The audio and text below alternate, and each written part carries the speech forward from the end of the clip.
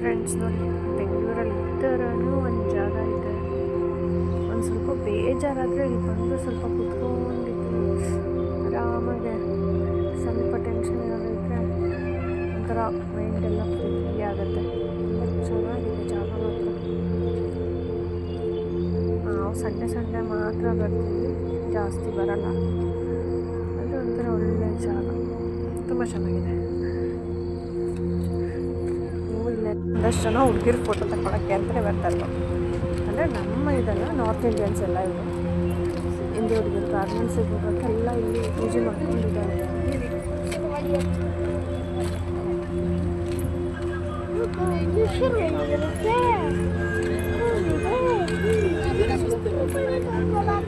Almost ಏರಿಯಾದಲ್ಲಿ north Indians ಜಾಸ್ತಿ ಇದ್ದಾರೆ. 6 ಜನ ಹುಡುಗಿರು ಇಲ್ಲಿ ಇದ್ದಾರೆ. ಅಂದರೆ ಸಾಯಿ ಗಾರ್ಮೆಂಟ್ಸ್